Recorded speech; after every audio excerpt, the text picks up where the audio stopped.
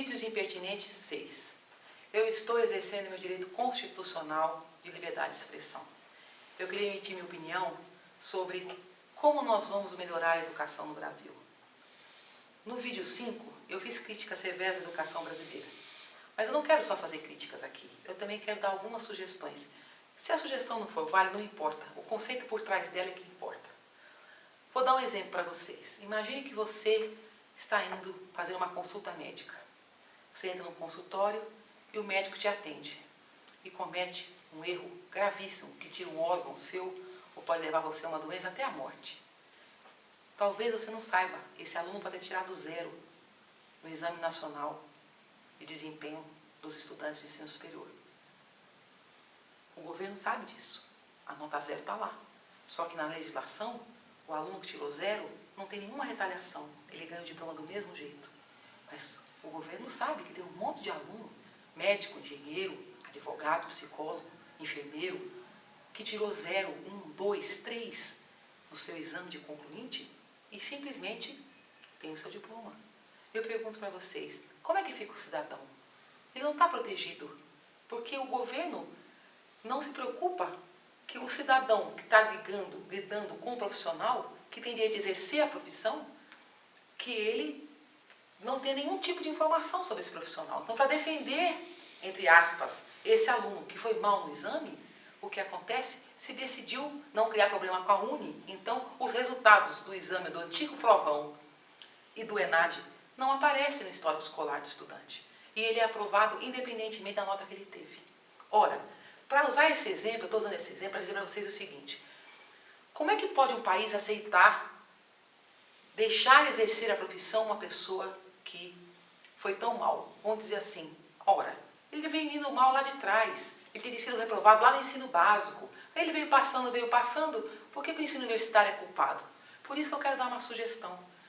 Nós devíamos ter a coragem de introduzir no Brasil um exame de suficiência para a educação básica.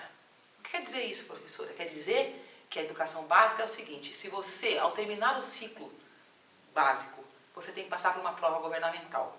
Se você não tirar a nota de suficiência, a nota de média, o aluno não ganha o diploma. Nós precisamos ter certeza que uma pessoa que tem um diploma tenha condições, habilidades, competências e conhecimentos proporcionais àquele nível de ensino em que ele foi formado. Então, quando a gente não tem essa garantia, acontece você olhar o diploma e achar que a pessoa sabe daquilo. E hoje, você quando recebe um aluno do ensino médio, você não sabe se ele tem conteúdo do ensino básico. E na universidade, entra gente que não teria condição de cursar e você tem que fazer o nivelamento dentro da universidade. Então, se a sociedade aceitasse que para melhorar a educação não dá para fazer aos pouquinhos, nós estamos tão mal que não dá para fazer devagar, eu sugiro o exame de suficiência. Por quê? Porque o exame de suficiência é mexer bastante com os políticos. Porque a hora que as escolas tivessem um alto grau de reprovação, os pais iam começar a se preocupar em fazer com que a escola melhorasse. Os políticos se preocupar em melhorar a condição da escola. Ah, professora, mas o aluno vai sair prejudicado? Não. Ele pode ter uma recuperação, ele pode ter depois aulas financiadas pela escola que não ensinou ele direito, não é verdade? Já que aprovou e deu diploma para ele, porque se ele não aprovou, ele não devia ter saído da escola. Se a escola deu o diploma, ela disse que ele sabia. Então, se ele não sabe, ele tem que voltar para o banco da escola, ele pode fazer o exame quantas vezes ele quiser. Ele faz todo ano. Quando ele passar, ele terá direito ao diploma. Agora, o que não pode é a gente continuar fingindo que está formando bem.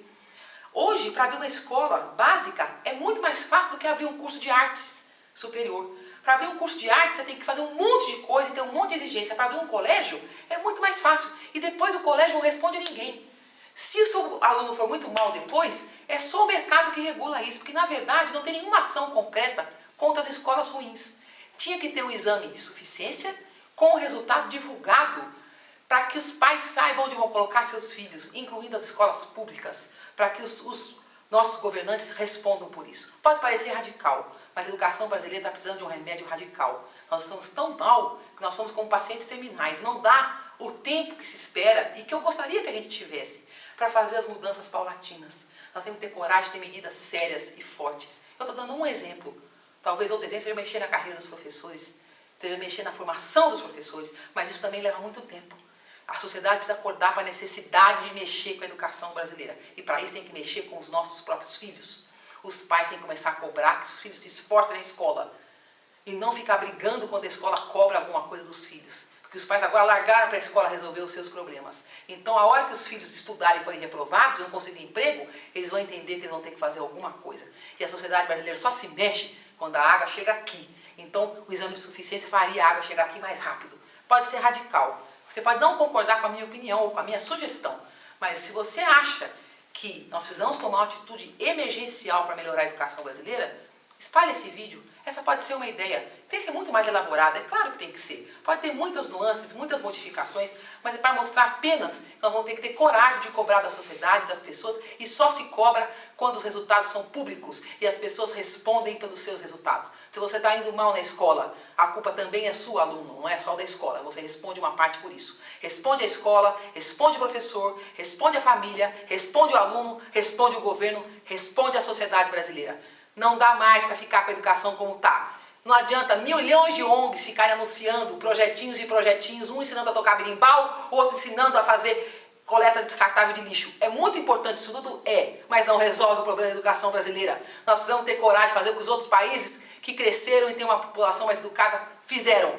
Temos que ter coragem de assumir medidas radicais, mesmo que sejam antipopulares, para melhorar a educação no Brasil. Se você concorda comigo, espalhe esse vídeo impertinente. Eu estou apenas emitindo minha opinião. Se você não concorda, eu respeito a tua. Muito obrigada.